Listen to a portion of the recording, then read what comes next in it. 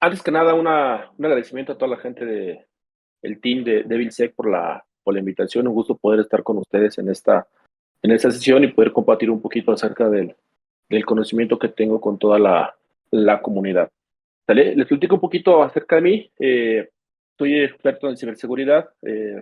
Doy todo lo que tiene que ver con temas con consultoría con Threat Intelligence, Threat Hunting, Incident Response, Forense, Pentesting, CISO as a Service, riesgos, etcétera.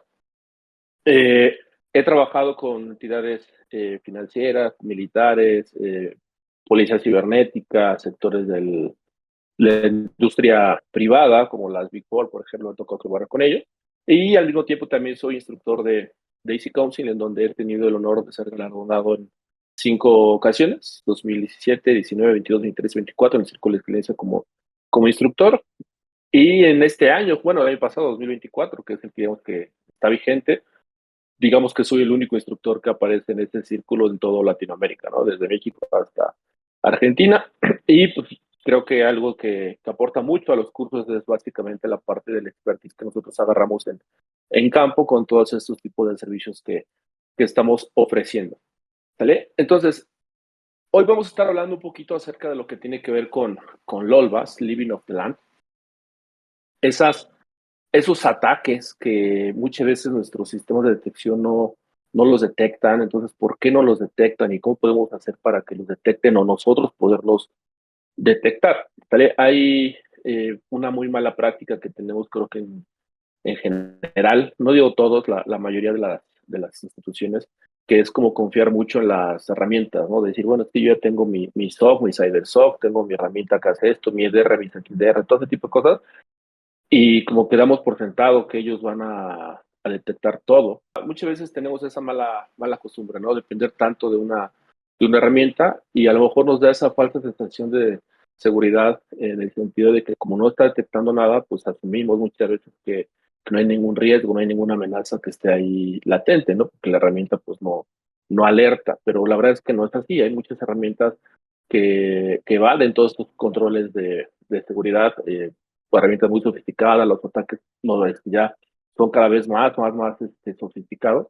Entonces, hacen evasión, hacen ofuscación, etcétera. Entonces, pues eso nos dice que no necesariamente, porque no alerte significa que no hay nada, ¿vale? Por eso le decía, es una falsa sensación de seguridad. Entonces, vamos a ver un poquito de esas herramientas nativas que están dentro de nuestra infraestructura, que hacen uso estos atacantes para que hagan evasión justamente de los sistemas de detección. Entonces, vamos a partir nosotros ahora de qué tipo de seguridad queremos, ¿no? Una proactiva o una reactiva. ¿Cuál es la reactiva? Esa la que la mayoría de las empresas hacen, ¿no? Tenemos nuestras herramientas de monitoreo y estamos esperando una alerta. Entonces, en función de la alerta, pues como nosotros respondemos, ¿vale? ¿Qué pasa? Vuelvo a lo mismo, cuando no se detecta esta alerta. Bueno, tendremos que tener un sistema más proactivo, empezar a hacer threat hunting y generar detección para poder empezar a encontrar esas amenazas que están relacionadas a algo que a lo mejor nuestra gente de Threat Intelligence está compartiendo, porque un adversario está utilizando cierto tipo de herramientas que están haciendo evasión, ¿vale? Entonces, a lo mejor con ciertos patrones, ciertos artefactos, indicadores, nosotros podemos estarlos buscando dentro de la red para encontrarlos, ¿sale? Entonces, a lo mejor lo encontramos y las herramientas nunca lo encontraron, nunca lo alertaron, ¿sale? Entonces, ahí estaremos teniendo un enfoque muchísimo más proactivo. Entonces, ¿de dónde nos podemos documentar de entrada? En el famoso MITRE o MITRE ATT&CK, ¿sale? Una matriz que existen de diferentes estilos, en este caso enfocado a la Enterprise, donde tenemos N cantidad de técnicas, de tácticas y de procedimientos. ¿Sale? Este tipo de información nos va a servir tanto para el Blue Team como para el Red Team. Nos va a proveer muchísima información de inteligencia que nosotros la podemos estar aplicando, ¿vale? De hecho, hay un concepto que se conoce como eh, seguridad, hay formación aplicativa. Ahorita me acuerdo el concepto, pero bueno, se me fue de rápido, se me fue. Pero básicamente es cuando nosotros tenemos una información, le demos un uso. Muchas tenemos herramientas que nos detectan y nos dicen, es que la técnica es esta, según el MITRE es esta. Bueno, ok, sí, pero ¿qué me sirve? Si yo entro al MITRE ATT&CK, ¿para qué me sirve toda la información que estamos teniendo ahí? Bueno, si no la usamos, pues no nos sirve absolutamente de nada, ¿no? tendríamos que estarla usando realmente para darle una aplicabilidad y explotar realmente esta información que tenemos a nuestros alcances. Entonces, sirve tanto para el Blue Team como para el Red Team. Tenemos, por ejemplo, para el Red Team, a lo mejor nos dice escenarios en los cuales hay diferentes grupos de adversarios, herramientas, tácticas, técnicas que están utilizando para generar casos de uso y detectarlo. En el aspecto del Red Team, para todas esas tácticas, técnicas y procedimientos que se están generando, yo poder emular ese comportamiento y poder replicarlo para saber si yo soy vulnerable. ¿Vale? Un escenario es, a lo mejor hay un ataque nuevo que está pasando en el otro lado del mundo, que está sobre alguna industria, a lo mejor una entidad financiera, y yo trabajo en una entidad financiera acá en Latinoamérica. Entonces, es probable que ese ataque se replique para acá. Entonces, yo quiero saber, con base a esas TTPs, si yo soy vulnerable. ¿Qué pasa si ese ataque llega para acá? Yo quiero saber si soy vulnerable a eso.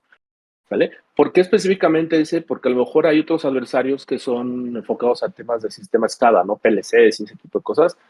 Y dices, bueno, ¿qué probabilidad hay de que me ataque un adversario cuando su core de negocio es el PLC? Y dices, bueno, pues no, a lo mejor un banco no tiene un PLC. Entonces es como hacer un perfilamiento de adversarios, priorizar sobre quién me voy a proteger y emular esos ataques, ¿no? Siempre les pregunto cuando hay un curso, ¿no? Ustedes saben quiénes son los adversarios a los que se enfrentan, quiénes están enfocados al core del negocio o a la industria en la que ustedes están protegiendo. Y a lo más que una persona me ha contestado ha sido, pues es que a mí me mandan un reporte y me dice, pero la verdad es que nunca lo he leído. Ok, o sea, volvemos al mismo, no nos sirve de nada, ¿no? Entonces, para eso se hace el perfilamiento de adversarios y lo podemos hacer por medio de esta matriz, ¿no? Haciendo una analogía un tanto burda, es como cuando tenemos, por ejemplo, unos rateros, ¿no? Unos ladrones. Hay ladrones que se enfocan a robo casa habitación, a auto, a autopartes y a lo mejor a transeúnte.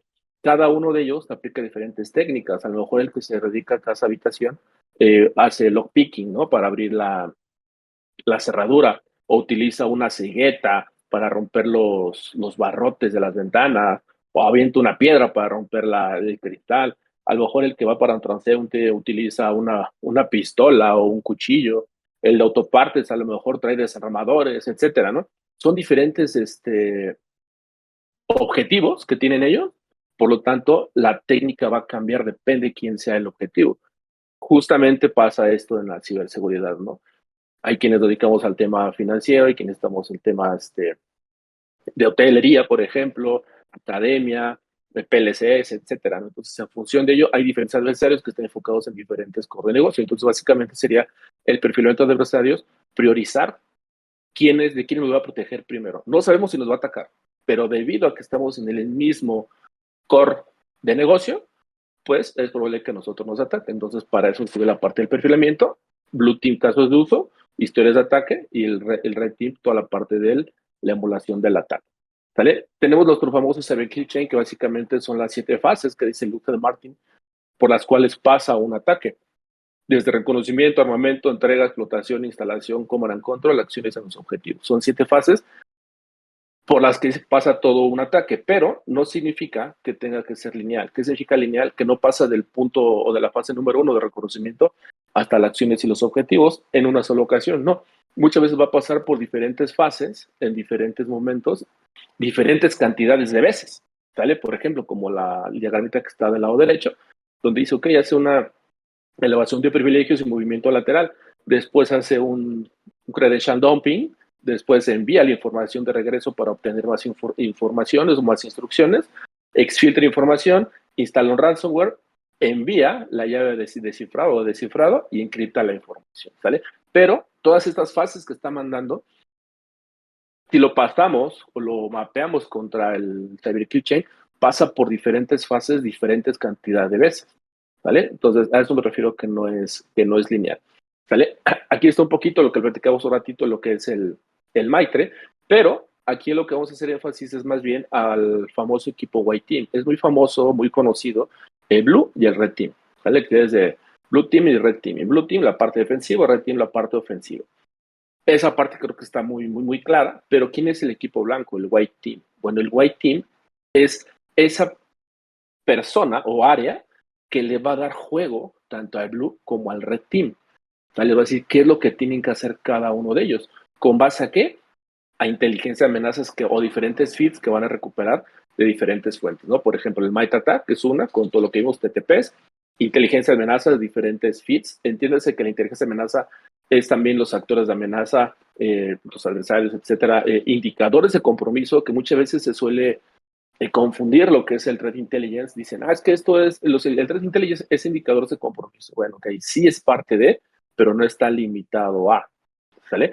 Entonces vienen muchos reportes de investigación, cómo lo hacen, indicadores de compromiso, indicadores de ataque, etcétera. No son muchísimas cosas que son parte del Threat Intelligence. Y por otra parte, la parte de los datos internos, ¿vale? Los datos internos en todas las organizaciones evidentemente son totalmente diferentes y nos van a proveer una información bastante importante para poder hacer investigación. Bueno, todo eso, de todos esos lugares, el White Team recopila información, la va a filtrar y va a decir, bueno, ok, a ver, Blue Team, tengo hipótesis de amenaza, casos de uso, pon atención en esto, y al Red Team le voy a decir, bueno, ¿y sabes qué? Tengo historias de ataque y hazme una emulación de este ataque, es decir, replicar esas TTPs, ¿no? Este ataque tal cual se hizo en el otro lado del mundo, replícalo para ver si nosotros somos vulnerables o tenemos la capacidad de reaccionar ante ese incidente, ¿vale? Entonces, por otro lado, llega el ataque al Blue Team. Si lo detecta, perfecto, ¿no? Ya lo bloqueó a lo mejor, pero ¿qué pasa si no lo detecta? Bueno, viene la parte de la respuesta al incidente y la parte del threat hunting, ¿vale? Buscar más amenazas para eliminar todo un tema de riesgo residual y aquí estaremos probando también nuestro plan de respuesta a incidente, ¿vale? Entonces es un juego que se tiene que estar haciendo, ¿vale? Entonces aquí el papel importante, de todos es importante, sí, pero el que estoy destacando un poquito más ahorita es el White Team, que en muchos lados como que todavía está un tanto desconocido, ¿no? El quién le hace el quién le da ese juego, ¿no? A tanto al Blue como al Red Team. Ahora, tenemos nuestro famoso ciclo de respuesta al incidente del NIST, ¿sale? Que son pues, estas 4 fases, que está muy conocido. A mí en lo personal, con base a la experiencia y a la forma en que nosotros atendemos los incidentes, se acopla un poquito más el del SANS, ¿sale? Incluso pueden ustedes desarrollar su propia metodología y es totalmente válido, ¿no? Porque, ¿sabes qué? De acuerdo a lo que yo hago, yo creo que si le agrego este paso y le agrego este otro, me funciona mejor. Adelante, es totalmente válido, ¿no? Toman uno como referencia, Nissan, el que ustedes quieran, y listo, que básicamente es algo parecido aquí, ¿vale? En este caso son 6 fases, las del proceso de respuesta a incidentes según el SANS, ¿sale? Preparación, identification, scoping, y aquí es donde nosotros metemos el threat hunting, ¿sale? La proactividad. ¿Sale? Identification, scoping y está antes de la contención. ¿Sale? Entonces, ¿para qué me sirve el threat hunting? Para precisamente buscar esos patrones anómalos, esos artefactos que me van a ayudar a hacer una contención muchísimo más rápida. E incluso hasta en algún momento dado puede llegar a determinar quién es el paciente cero sin ni siquiera haber hecho un forense. ¿Sale? El forense a nosotros nos gusta hacerlo siempre y cuando sea necesario. ¿Sale? Siempre y cuando sea necesario, me refiero a cuando hay, por ejemplo, cuando van a fincar responsabilidades y van a establecer una demanda, donde tienes que seguir toda una cadena de custodia, la adquisición, preservación, todo ese tipo de cosas de evidencia, todo es, y sobre todo la cadena de custodia, ahí sí, porque lo tienes que presentar todo eso.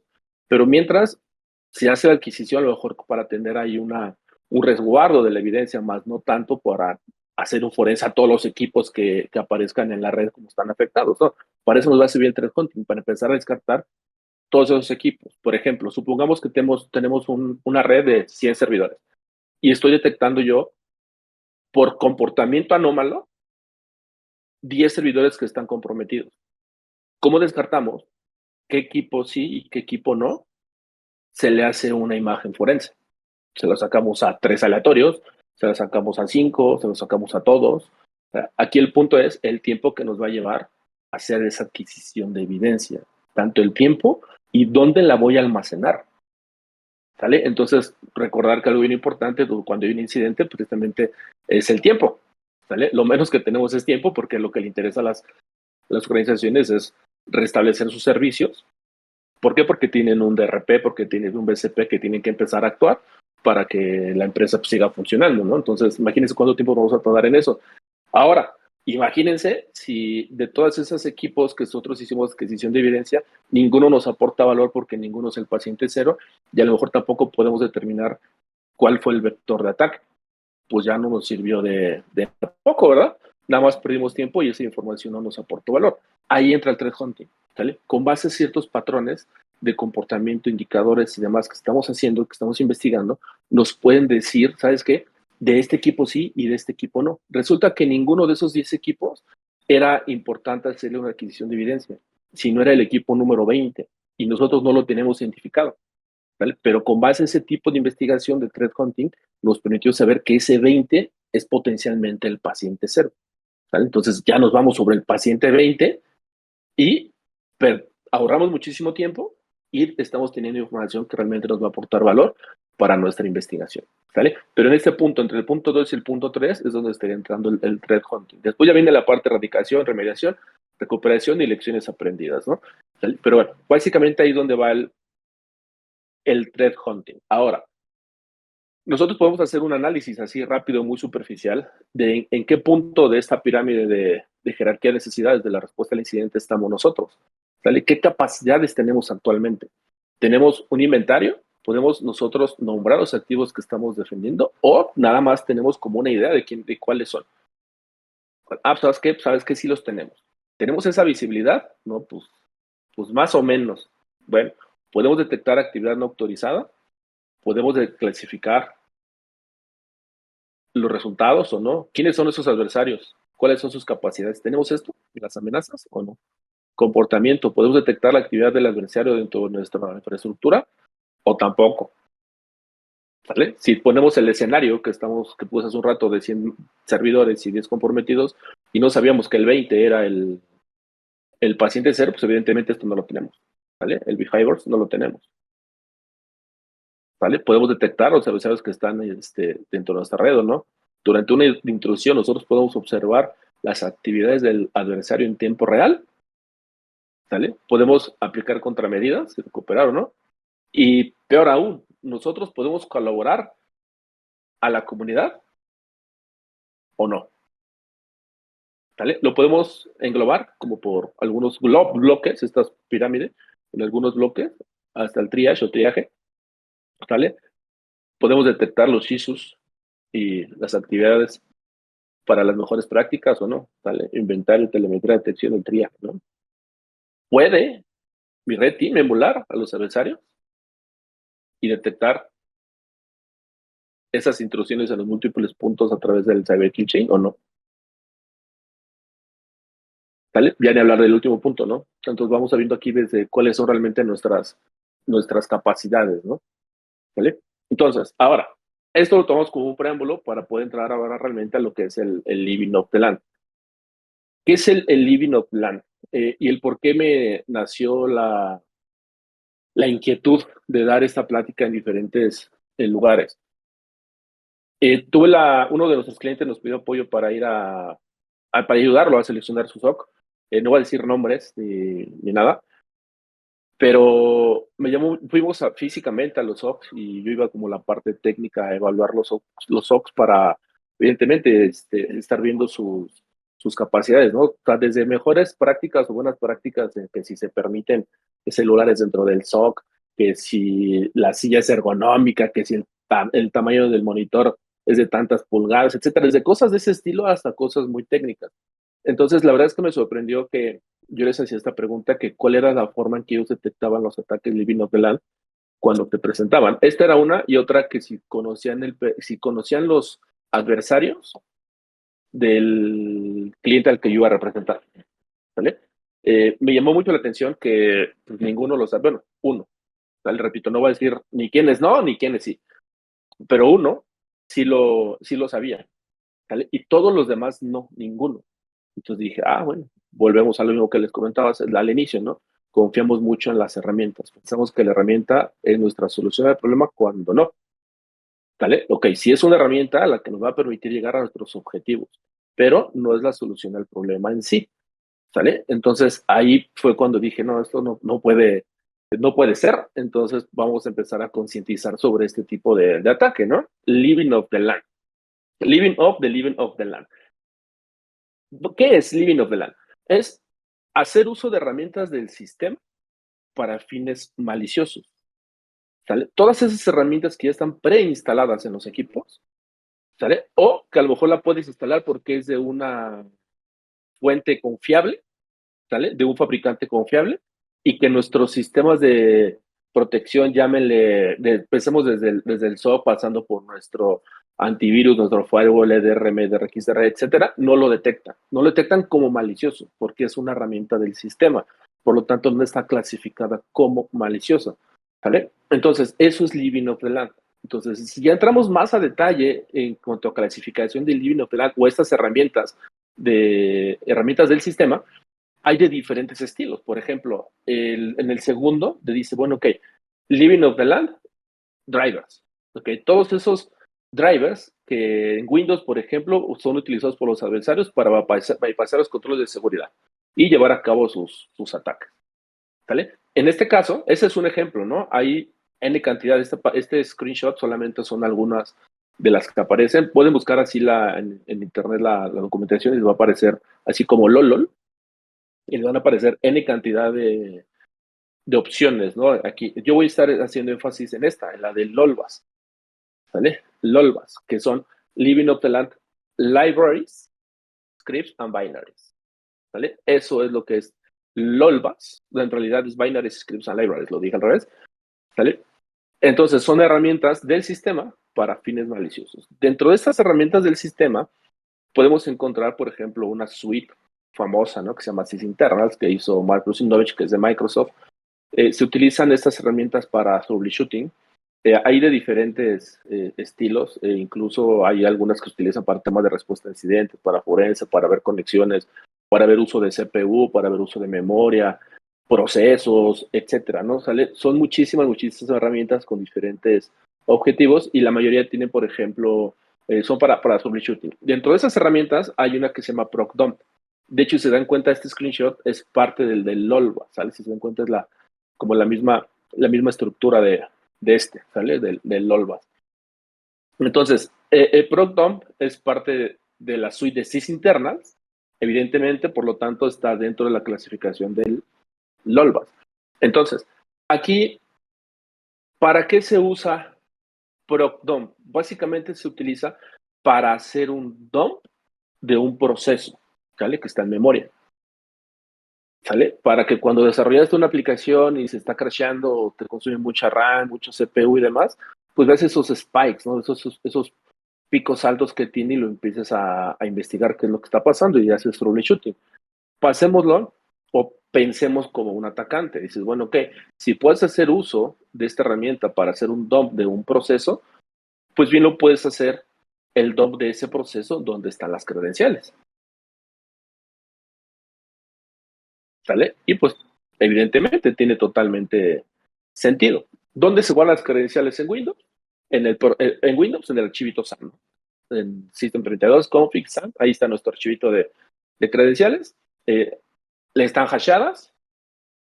Yo no puedo copiar el archivo y llevármelo porque está en uso. ¿Quién lo está usando? Pues básicamente nosotros. Estamos logueados, entonces no nos lo podemos llevar. Y entonces, ¿qué dice ProcDump? Bueno, yo los voy a sacar del proceso LSAS. ¿Por qué las credenciales están en el proceso LSAS? Si nosotros vemos la forma de autenticación de una máquina, de un usuario en una máquina con Windows, y aparece nuestro WinLogo, ¿no? Para meter tu user y tu password. Tú metes el user que tú quieras, no sé, Levi. Ok, Levi y el password, ¿no? La palabra password. ¿Qué hace la máquina? La máquina hashea ese password. ¿Sale? Lo hashea y el proceso LSAS es el que va y compara ese hash contra la SAM. Le dice, voy a ver, dice Levi, el usuario Levi, que tiene su password es este hash. ¿Coincide con el que tú tienes en tu base de datos? Ah, sí, déjalo pasar. Por esa razón es que en el proceso LSAS encuentras el password tanto en texto claro como en hash. Porque él tomó, su entrada fue el password que nosotros ingresamos en texto claro, lo hasheó y tiene los dos valores. ¿Vale? Por esa razón es que está en ese proceso las credenciales, repito, tanto en hash como en texto claro. Entonces, ¿qué es lo que va a hacer la herramienta de ProcDump? Entra el proceso de LSAS y lo descarga. ¿Vale? Aquí tenemos el ID de la técnica, que es la 10003, la 1003, perdón, con la subtécnica 001, ¿sale? Y pertenece a Credential Access como táctica, ¿sale? Entonces dice, ok, entra el proceso LSAS y hace el dump. De hecho, aquí te dice cómo lo puedes hacer. Ejecutas proc dump del proceso LSAS que te genera un archivo que dice LSAS-dump. Y después dice, esto digamos que lo hacemos en la máquina target, en la máquina víctima. Yo ya obtuve el proceso en un archivo que se llama LSAS-dump. Ahora, ese archivo me lo llevo a una máquina, a mi máquina como atacante, pero mi máquina local, ¿sale? Y por medio de herramienta Mimikatz, lo ejecutamos para que nos dé, de esta forma no viene tan detallado cómo se hace en realidad, ahorita lo vamos a ver un poquito más adelante, pero MitraTac te dice esto, ejecuta el módulo de Secure LSA con el mini dump y después el archivito que tienes donde tienes el dump y después con logo password y te va a dar los passwords de todos los usuarios. ¿Vale? Digo, hay cosas antes que hay que ejecutar, pero bueno, no lo hizo, te lo vamos a revisar. Pero básicamente por eso entra. Ahora, ProcDump, comentamos herramientas del sistema. Una herramienta súper famosa, VirusTotal, ¿vale? Dentro de esta investigación que he hecho, muchos de los analistas de SOX, cuando tienen ahí unos incidentes y demás, lo primero que hacen es que les llegan una alerta y tienen a lo mejor 3 o 5 plataformas confiables, según ellos, para poder subir archivos y que les diga cuál es la reputación que tiene, ¿vale? Pero bueno, una que la mayoría coincide es VirusTotal. Dice que yo subo ahí el hash, el archivo, el URL, lo que sea, y para que me diga cómo lo tiene clasificado, pues son N cantidad de antivirus y pues me va a decir cómo está. Bueno, aquí está cómo subimos ProcDump, ¿vale? Y una detección de 0 de 73. ¿Sale? Por esta razón es que se utiliza ese tipo de herramientas para fines maliciosos. No lo detecta nadie. Pero ya vimos que yo le puedo hacer un DOM de proceso y en conjunto con otra herramienta poder obtener las credenciales. Evidentemente, es un tema malicioso. Aquí está, por ejemplo, un print screen ya de un ejercicio, digamos que real, tal cual decía ahí la página de MitraTac, ¿no? Procdom-MA del proceso lsas.exe, genérame el lsas-dom, y acá está abajo, bueno, lo genera, acá le damos hundir y dice efectivamente, ¿no? Aquí está tu archivito ya como lo tienes. Ok, y dice, bueno, con Mimikatz ejecutamos Mimikatz, esto ya es en una máquina local, repito, esto primero el anterior, máquina víctima, máquina target, en este es en una máquina local, es decir, tenemos que mandar ese archivito a nuestra máquina local, ejecutamos Mimikatz, habilitamos el privilege debug y ahora sí, perdón, con el Secure LSA, el menú, vamos a ligar, a linkear este proceso para que el proceso LSA sea leíble y listo, ¿no? Lo ejecutamos y listo. Se ejecuta y ya lo tendríamos, ¿vale? Evidentemente, eso es desde el punto de vista atacante. ¿Qué pasa si lo vemos desde el punto de vista red team? Yo puedo emular este ataque. Yo quiero saber si soy susceptible a que este ataque me lo hagan, porque a lo mejor este ataque lo hizo XAPT y yo quiero saber si soy vulnerable a esto. Bueno, podemos utilizar una herramienta que se llama Atomic Red Team, en el cual nos permite hacer emulación de ataques con base a diferentes técnicas y subtécnicas. Y aquí lo haces. Bueno, ok, esta es una prueba atómica utilizando el ProcDump para hacer un dump del proceso del LSAS del sysinternas. Y aquí está. ¿Vale? Aquí es como tú lo vas a ejecutar. ¿Vale? Así lo ejecutas y listo, que básicamente fue el mismo ejercicio que hice hace rato, pero el anterior tiene un enfoque desde el punto de vista atacante. Después se hace un cleanup, ¿no? ¿Por qué se hace un cleanup? Porque al final aquí nos va a generar un archivo de dump. Yo ya vi que sí se hizo el dump. Bueno, después le doy un delete al archivo que se creó para no dejar ahí ninguna evidencia, ¿no? Que quede ahí. ¿Vale? Entonces, todo esto se puede hacer. Aquí viene la parte, desde el punto de vista del IntelliJ Driven, donde está el proceso de respuesta a incidentes, donde interactúa el hunting, ¿vale? Más allá de una metodología, ya sea SANS o NIST, ¿vale?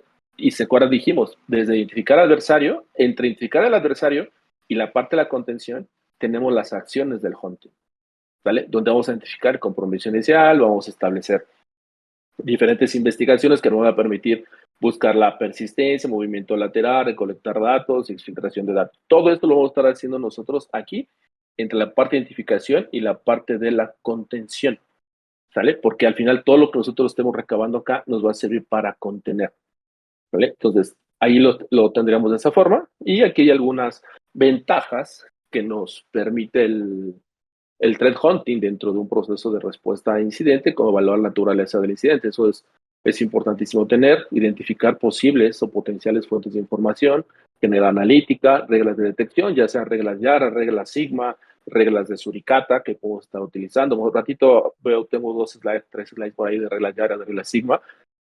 ¿Sale? Identificar indicadores de ataque, indicadores de compromiso para contener y eliminar las amenazas. ¿Sale? Esta es la ventaja que tenemos de utilizar un threat hunting en este ciclo. Otra herramienta que se utiliza dentro de CIS internas es PSEXEC. ¿Vale? PSEXEC es una herramienta que se ejecuta para movimiento lateral. Cuando te comprometen, utilizan PSEXEC y hacen movimiento lateral. Hagan de cuenta que es como si le dan PSEXEC en su command prompt. PSEXEC, le ponen el nombre del equipo, las credenciales y se mueve. ¿Vale? Entonces, imagínense, por medio de ProcDOM, hacen el DOM del proceso. Con Mimikatz obtienes las credenciales de ese proceso. Y por PSEXEC te mueves de manera lateral con las credenciales que ya obtuviste. ¿Vale? Entonces, así se mueven de manera lateral con PSEXEC. Hay diferentes técnicas que están ligadas, que son todas esas que están ligadas a el uso de PSEXEC. ¿Vale? Son todas esas que están aquí. Y también hay diferentes grupos de adversarios que están asociados o que están identificados que utilizan la herramienta de PSEXEC para movimiento lateral, y son todos estos que están acá. ¿Vale? Todos ellos están identificados. Ahora, ¿cómo podemos entonces detectar un movimiento lateral cuando se está ejecutando PSEXEC? ¿Vale? Ya sabemos que es una herramienta del sistema o del Living of the Land. Bueno, ok. Regresamos al mismo escenario que pusimos hace un rato. Una máquina atacante, llamémosle una máquina víctima, perdón, llamémosle la máquina de Levy, ¿sale? Se está moviendo a través de la red en un mundo de 100 servidores y la empresa afectada identificó a 10. ¿Cómo podemos nosotros saber quién es él? ¿Desde qué máquina se está moviendo hacia las otras máquinas? ¿Vale? Y hace rato ponía un ejemplo. ¿Cómo discriminamos de esas 10 máquinas que nosotros identificamos como potencialmente afectadas, de cuál sí y de cuál no hago una adquisición forense para preservar evidencia? ¿Vale? Decíamos 3, 5, 10 de cuál, ¿vale? Y decíamos que la máquina 20, ¿vale? En este caso, digamos que la máquina 20 es la de Levy, ¿vale? Al que comprometieron fue Levy, la máquina 20. Eso no lo sabemos. Nosotros tenemos 10 máquinas que nos dijeron que están afectadas. Bueno, dentro de nuestra investigación que estamos haciendo, resulta que estamos encontrando que lo que tienen en común es la ejecución de PSEXEC. ¿Sale? Entonces, por medio de los procesos, de los Event ID, de los nombres de los procesos que se crean, podemos nosotros discriminar qué máquina sí y qué máquina no yo le haría una adquisición forense, ¿vale? Que es a lo que vamos. Aquí tenemos el source host, es decir, desde aquí se están moviendo a las otras máquinas. En el event log de seguridad y en el event log del sysmon. Si nos enfocamos en el event log de seguridad, Event ID 4688 cuando se crea un nuevo proceso y el 4689 cuando se cierra. Tenemos el nombre del proceso y ojo con esto, psexec.exe. ¿Vale? psexec.exe. Ahora, en el event log del sysmon, que no siempre tiene habilitado el sysmon, porque al final es una herramienta que se llama sysmon, también parte de sysinternal, para empezar a generar más logs. ¿Vale? Hay algunos SOCs que utilizan sysmon para recabar log, hay algunos otros que no, que utilizan sus propios colectores. ¿Vale? Pero bueno, si en el supuesto que tuviesen el sysmon, se crea un event ID cuando se crea un proceso, cuando se termina el 5, y el nombre del proceso psx.exe. Hay algunos otros evidencia o artefactos que se crean, por ejemplo, la llave en el registro que se crean. Entonces, la llave en el registro la encontramos así cuando se acepta la licencia del EULA. ¿Vale? Ahora, esto es en la máquina source host. ¿Vale? ¿Qué pasa con las máquinas destino? Es decir, desde este source se mueven a las destination. ¿Vale? En las máquinas de destination host vamos a encontrar, por ejemplo, en el event log de seguridad, el event ID 5140, ojo con el proceso, psexec sbc. En el event ID 4656, psexec sbc. ¿Sale?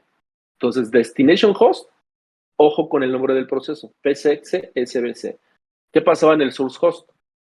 psexec.exe.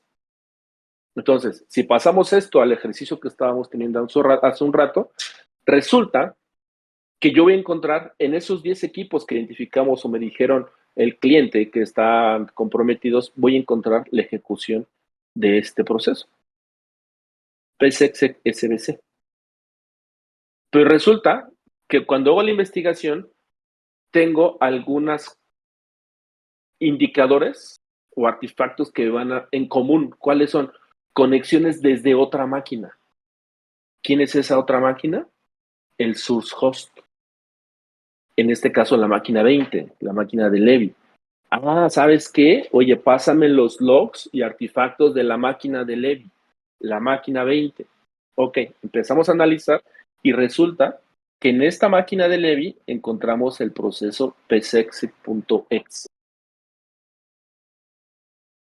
de cuál hacemos adquisición forense, de la máquina de Levy, ¿vale? Porque desde aquí se están moviendo a las otras.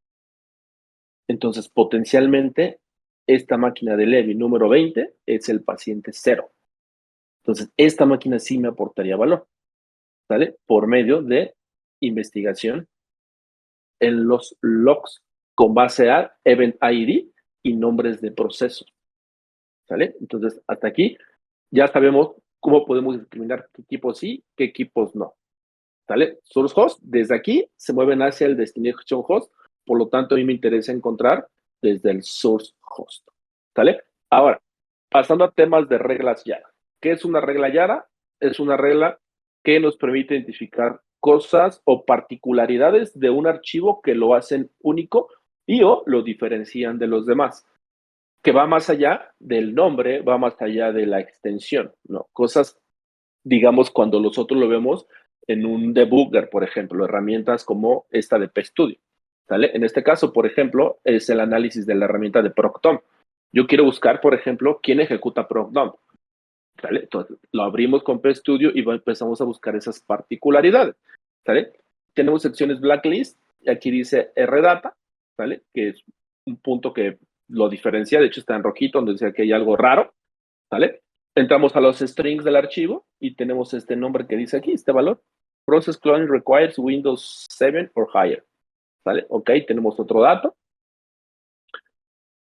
y listo. Entonces, esta es una regla Yara, ¿sale? Tiene 4 partes la regla Yara, de las cuales 2 son obligatorias y 2 son totalmente opcionales. La parte de rule, que es el nombre de la regla, y la parte de los metas, donde viene la descripción de la regla Yara, son totalmente opcionales. Las que sí son totalmente obligatorias son los strings y las condiciones. Los strings son esas características o particularidades que tiene el archivo que lo va a diferenciar de los demás, ¿sale? Y la condición, evidentemente, ¿qué condición le voy a poner para que coincida con la regla cuando yo la ejecute? ¿Sale? Entonces, si se dan cuenta, aquí tenemos el process cloning, si se dan cuenta, aquí está, ¿sale? Requires Windows 7 o higher, ahí lo estamos poniendo, ¿sale? El tamaño del archivo, que es aquí 0x54d, y el tamaño menor de tanto, y la parte de la condición, ¿sale? Que eso básicamente es esto que está acá, esto que está aquí, ¿sale? El tamaño. ¿Vale? Ok, entonces, así, esa es la regla Yara, se puede crear con Visual Studio Code sin ningún problema, es totalmente compatible, tiene por ahí un plugin, un add-on que te permite la ejecución de la regla Yara, y aquí está la regla Yara, ¿sale? En la parte de arriba está la regla Yara como la misma que acabo de mostrar hace un ratito, ¿sale? Aquí está el guión bajo de redata, también la parte de la condición, y la ejecutamos, ay, perdón, le di clic, ¿sale? Se ejecuta, y yo le voy a decir aquí, ok, ¿sabes qué? Ejecuta la regla Yara, aquí está, procdump, guión bajo o barra al piso tool.yara sobre este directorio, ¿vale? Y encuéntralo, ¿no? Ah, ¿sabes qué? Aquí coincide. ¿Cómo sabemos que coincide? Porque esto lo tenemos que traducir. Bueno, para eso podemos hacer uso de esta herramienta que es muy buena, que se llama Saberchef, que también es open source, que nos permite convertir diferentes formatos. Entonces le damos un Unescape string, copiamos el valor que me mandó la regla Yara aquí, porque a mí me interesa saber en qué punto fue donde coincidió. Y aquí ya nos dice, ah, mira, process cloning requires Windows 7 or higher, y aparte proc dump time. ¿Sale? Entonces aquí vemos lo que, digamos, entendible humanamente, ¿no? ¿Sale? Y ya vemos que el valor de esta regla donde sí coincide. Entonces esta regla Yara, pues la podemos ejecutar sobre toda la red, ojo sobre el endpoint, la regla Yara se ejecuta sobre el endpoint y nos va a permitir ver en todos estos equipos a los que les llegó esta herramienta, por ejemplo, no el Proctom. Entonces, bueno, tienen ellos posiblemente un riesgo residual por ahí. Vamos a ver qué es lo que más tienen. ¿Sale? Eso lo podemos hacer. Ahora, otro ejemplo de una regla Yara sería sobre archivos PDF que potencialmente son maliciosos. Es muy común que se le agrega JavaScript y el JavaScript se ejecuta cuando se abre el PDF y potencialmente es un archivo malicioso, potencialmente. Para eso hacemos uso o nos apoyamos de una herramienta que se llama pdfid.py de Didier Stevens, de una suite que tiene que se llama PDF Tools, donde este PDF-ID nos permite parsear los archivos PDF para buscar palabras clave que nos van a permitir identificar documentos PDF que contienen JavaScript y que se ejecutan cuando se abre el PDF. ¿Sale? Entonces, eso lo podemos hacer. Ya viene un tema más forense más adelante donde puedes utilizar otro tipo de herramientas como PDF Parse, donde incluso ese JavaScript lo puedes extraer. ¿Sale? Pero en este caso nos interesa saber nada más o identificar si ese PDF, perdón, tiene un JavaScript. ¿Vale? Entonces, cuando nosotros ejecutamos el PDF-ID, hay ciertos lista de strings que nosotros podemos estar verificando. Son todas estas. Las que nos interesan a nosotros en este caso específico son estas cuatro: JS, JavaScript, la AA y OpenAction. ¿Vale? La JS y el JavaScript nos indica que el documento PDF contiene un JavaScript. ¿Vale? Y dice, muchos de los archivos PDF maliciosos se lanzan cuando, o se ejecuta el JavaScript cuando se lanza el PDF. ¿Sale? Pero no necesariamente es malicioso. Pero bueno, es un indicador, ¿no? Y la AA y el Open Action nos indica la acción automática de que se ejecuta ese JavaScript cuando se abre el documento. ¿Vale? Por eso son en los cuatro los que nosotros nos enfocamos. Entonces, si nosotros abrimos o queremos crear una regla Yara para poder identificar esto, nos vamos, por ejemplo, a los strings. Bueno, tenemos aquí el rule, la regla, los metadatos, los strings, y dice, ok, enfócate en un archivo PDF, número mágico. ¿Qué es el número mágico? Que va de la mano con el header, lo que nos permite identificar el formato de un archivo. ¿Sale? En el caso de los archivos PDF, este es el número mágico, 25504446. ¿Por qué? Porque muchas veces llegan archivos que son a lo mejor un archivo, un PowerShell, por ejemplo, y lo renombran, llega el archivo como .txt. ¿Sale? Se llama archivo.txt y después por medio de una herramienta del sistema, por ejemplo, para programar tareas, se renombra como PowerShell. ¿Sale? El archivo nunca dejó de ser un PowerShell, simplemente le cambiaron la extensión, pero siempre fue un PowerShell.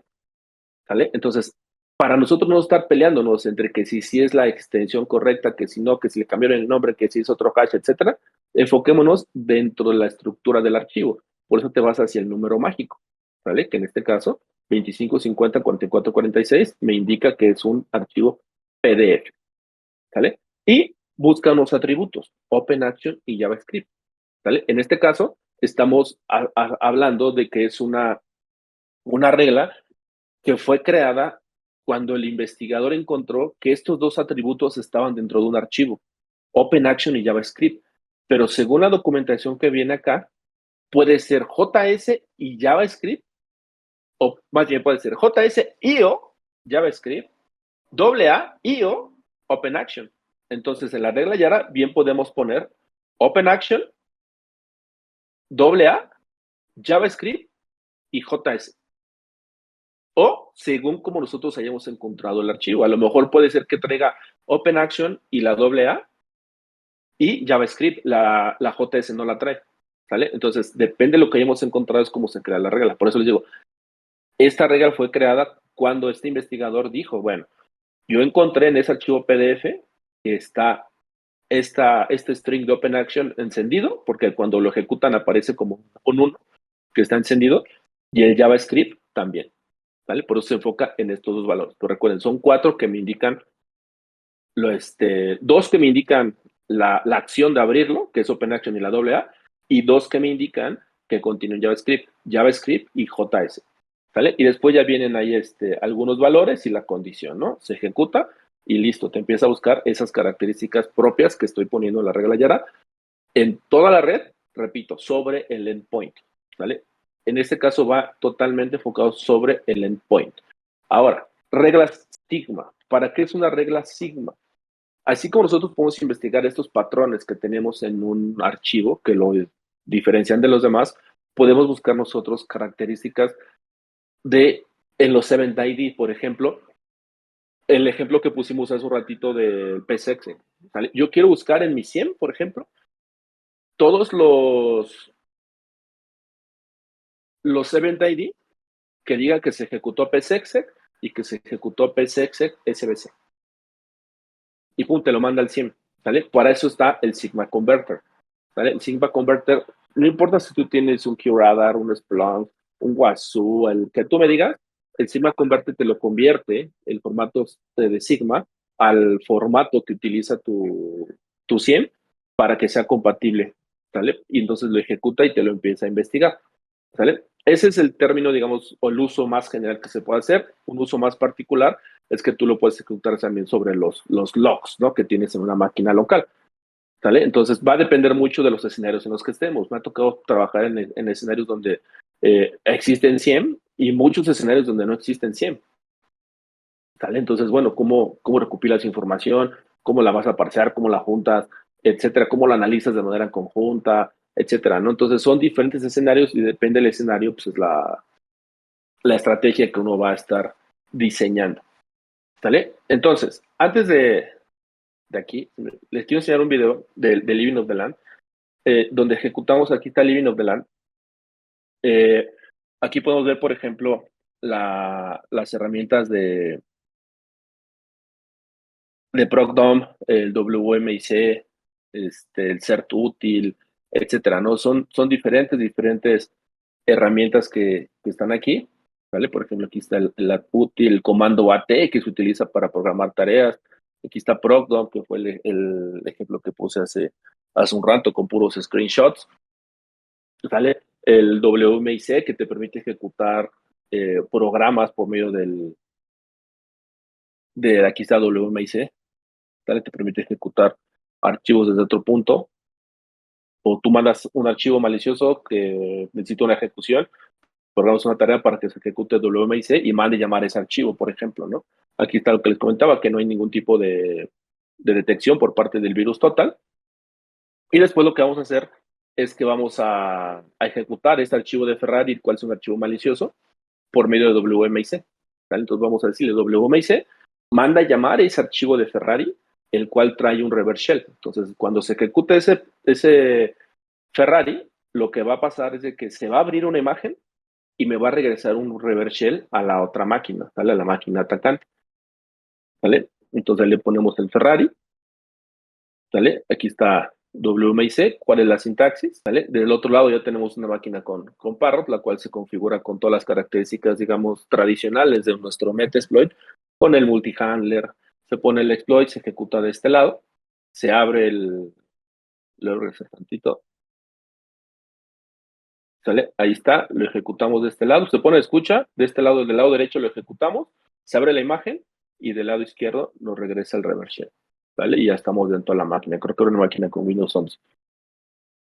¿Vale? Entonces, estamos haciendo uso ahí de WMIC tal cual, ¿vale? Para ejecutar un archivo malicioso que había llegado. Entonces, una herramienta del sistema se ejecuta para ejecutar un archivo malicioso, ¿sale? En la otra máquina, como les comentaba, trae un reverse shell, entonces crea la conexión hacia el otro lado. Aquí estamos ejecutando el procdump, nos crea el archivo de lsadump.dmp. En la máquina del lado derecho, en la máquina del lado izquierdo, le damos el Mimikatz, el privilege debug, después vamos a invocar el secure LSA con el minidump, ¿vale? Y después le vamos a decir, ok, vamos a usar el archivito que acabamos de, de, de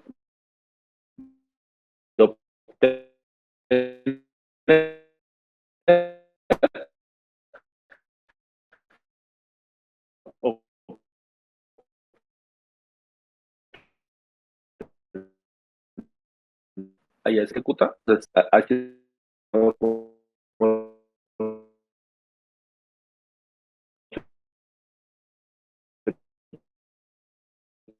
efectivamente, ¿no? Con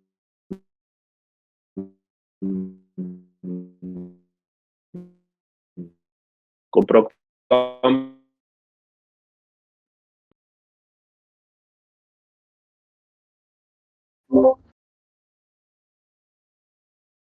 Levi, yo tengo una consulta. Yo tenía entendido que, bueno, lo que son sys internals eran herramientas, sí, de ejecución, de elevación de privilegios.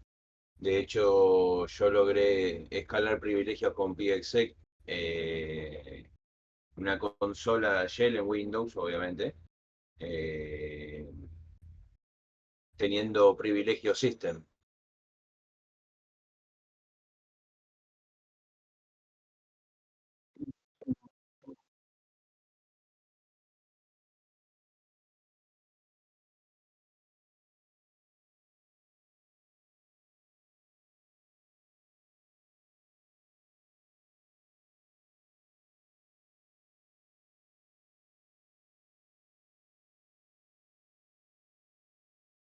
No, no, no, no, comprendo, comprendo.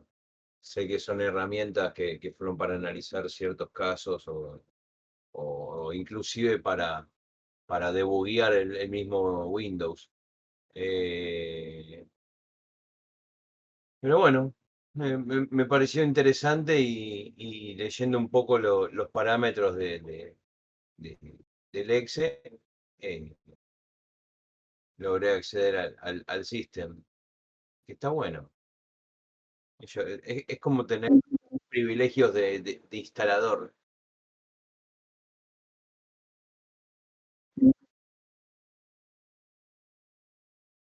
Ahora, ahí mismo vos podés inyectarle algún registro malicioso sin que el Defender lo detecte y sin embargo se sigue actualizando la máquina y el Defender sigue sin detectarlo porque está instalado desde ese. Excelente, En el excelente. chat hay un par de preguntas. Dice Tito, si cuando firman digitalmente puede ser, por ahí siguiendo la misma pregunta de Pablo, cuando si está 100% seguro al ejecutar un PDF. Entonces me imagino que Tito pregunta, ¿y si está firmado digitalmente? Después Wally dice, ¿y puede continuar infectado si lo pasan por WhatsApp, por ejemplo, sin comprimirlo? Siempre hablando del PDF, ¿no?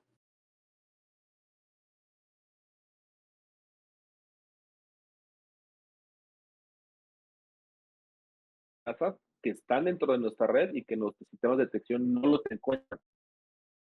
¿Sale? Por ejemplo, PSEC, supongamos que hay un movimiento lateral por PSEC y mis sistemas de monitoreo no los detectaron, una ejecución de programa y los sistemas de monitoreo no lo encontraron. ¿Cómo le hago? Bueno, vamos a buscar esos patrones para saber, ahí está esa ejecución, ¿no? ¿Sale? Entonces son esos enfoques o diferentes formas que se puede aplicar el threat hunting.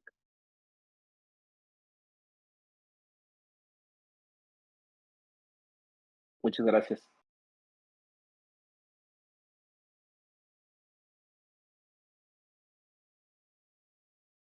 ¿Qué empresas buscan este tipo de perfiles? Híjole, creo que es un tema que todavía está un poquito, es una buena área de oportunidad, sin duda.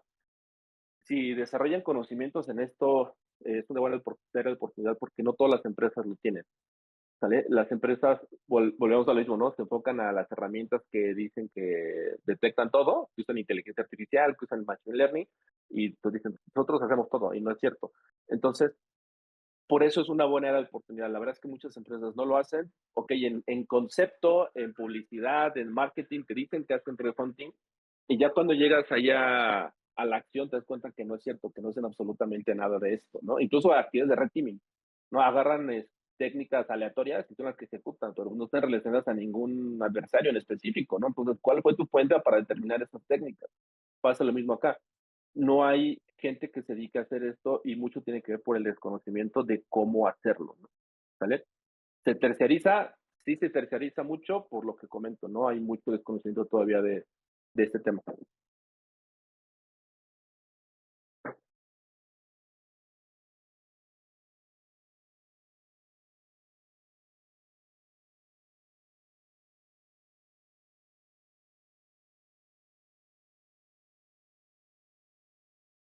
¿Listo, listos? ¿Alguien más? ¿Dudas, preguntas?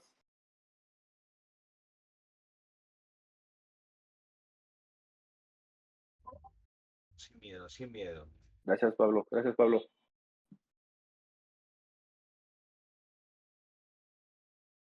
Bueno, damos concluida la charla entonces. Todo finalizada la grabación. A ver, Tito, Excelente. Tito. Pues no queda más que agradecer a todo el equipo de EvilSec por la invitación y a todos por su asistencia. Mando saludos desde México y espero nos podamos ver en el próximo evento en la Hola, Argentina. ¿Sabes que yo quería hacer una pregunta, pero me acordé un poco tarde? A ver. A Levi. Quería Dime. preguntarte si yo tengo conocimiento de esto, ¿para qué me puede servir? O sea, A ver, se cortó un poquito, entendí. ¿Tú tienes conocimiento de eso? ¿Para qué te puede servir? sí, Si lo ves, por ejemplo, como freelancer en el que vas a ofrecer servicios a diferentes compañías, tienes una oportunidad impresionante, ¿no? Porque esta visión, créanme que son pocas empresas las que lo tienen. Entonces, en el momento que tú vendes tus servicios bien y cuál es el beneficio que pueden tener ellos al hacer threat hunting de una detección oportuna, avanzada, más proactiva y reactiva, tienes muchísima ventaja sobre los demás, ¿no? Eso como freelancer, evidentemente, como una persona que vas a pedir empleo, alguna empresa es exactamente lo mismo, ¿no? Te vas a poder vender bastante bien porque la mayoría de las gentes que están en TOC no lo saben hacer, ¿no? Entonces, te da mucha ventaja. sí, yo te preguntaba porque yo tenía mi idea de ser freelancer en este tipo de cosas. Eh, o sea que es una buena oportunidad, digamos, para hacerlo. Sí, sí, claro. Te voy a dar un consejo que a lo mejor no tiene nada que ver una cosa con otra.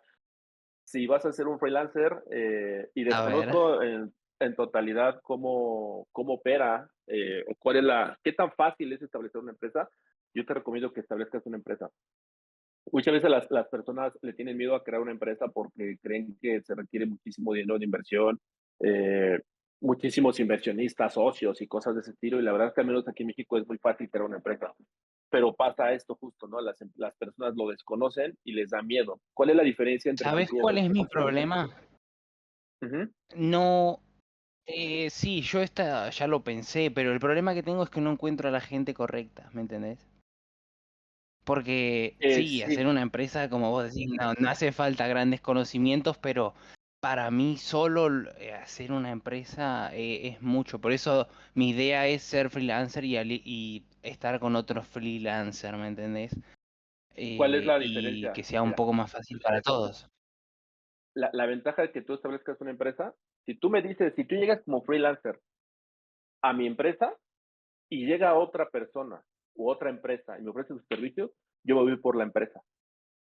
¿Por qué? Porque la empresa ya está establecida, ¿sale? Tiene mayor soporte, ¿sale? Significa que tiene mayor estabilidad, al menos en apariencia. A lo mejor por atrás sigue siendo Perdón, un se te freelancer, muy corta, bien. no entiendo lo que me decís. A ver ahí, ¿cómo va ahí? Aló. Sí, se te No escucha sé bien. si se escucha Hola. bien. Creo que sí es su internet. Creo que es su internet. Sí, hay tormentas acá en Latinoamérica, en varias zonas. Ok, ok. Los cables se están moviendo. Se escucha bien. Sí, bueno, nada más para complementar y se queda ahí en la grabación. La ventaja de esa es de que tú das mayor confianza cuando eres una empresa, cuando eres un freelancer, ¿no? ¿Por qué? Porque te da una estabilidad, tienes un nombre, tienes una razón social, tienes una dirección fiscal, puedes facturar, entonces das una mayor confianza a que si llega Pedrito, ¿no? Supongamos en un proyecto donde te van a dar un adelanto y necesitas, ¿sabes qué? Dame el 50% de adelanto. ¿Cómo sabe la empresa que te está contratando que no vas a desaparecer, ¿no? Que ese dinero que te están dando no lo vas a tomar y te vas a ir de vacaciones a la Patagonia, ¿sale? Ellos no lo saben, ¿sale? Cuando es una empresa, Entiendo, porque ya tiene entiendo, socios, sí. da mayor estabilidad. Te lo digo por experiencia. Gracias, te agradezco por esto que me dijiste. La verdad, me sirve, me sirve. A la orden. Sí, además da blue, exacto. Justo por la parte de la confianza y la estabilidad. Al final existe un riesgo ahí.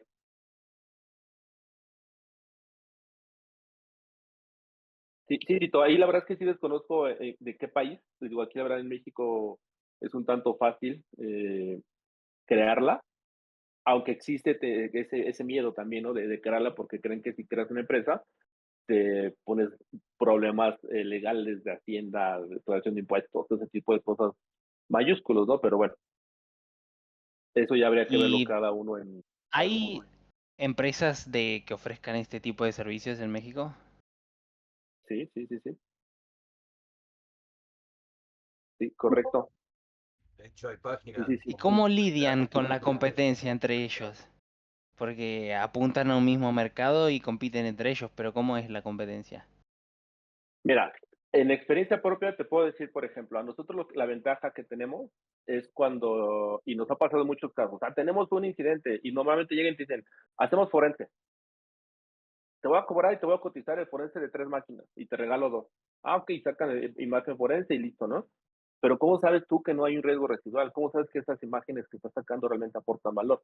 Cuando llegas y les das una plática como la que acabo de darles, cómo discriminar, qué máquinas sí, qué máquinas no, ahí les cambia totalmente la visión de la investigación. Dices, oye, sí es cierto, ¿no? Entonces, ¿por qué? Porque puede ser que la competencia o el que está ofreciéndome los otros servicios, me trato de ofrecer un análisis forense y cabe esa posibilidad de que no me aporte ningún valor los resultados que me dé, ¿vale? Porque está analizando una máquina que no es el paciente cero. Exacto. Entonces, nosotros tenemos que ver quién potencialmente es el paciente cero y quién sí nos va a aportar valor a esa investigación, ¿no? Cuando llegamos y platicamos esto, cambia el switch totalmente a las empresas. Ese es nuestro valor agregado o nuestro diferenciador. ¿Vale? Ya después, si quieres, hacemos el forense, ¿no? Porque vas a demandarlo, vas a aplicar responsabilidad. ¿Quieres? Sí lo hacemos, ¿no? Pero mientras tenemos que estar seguros que tú ya no tienes ningún riesgo residual, ¿no? ¿Vale?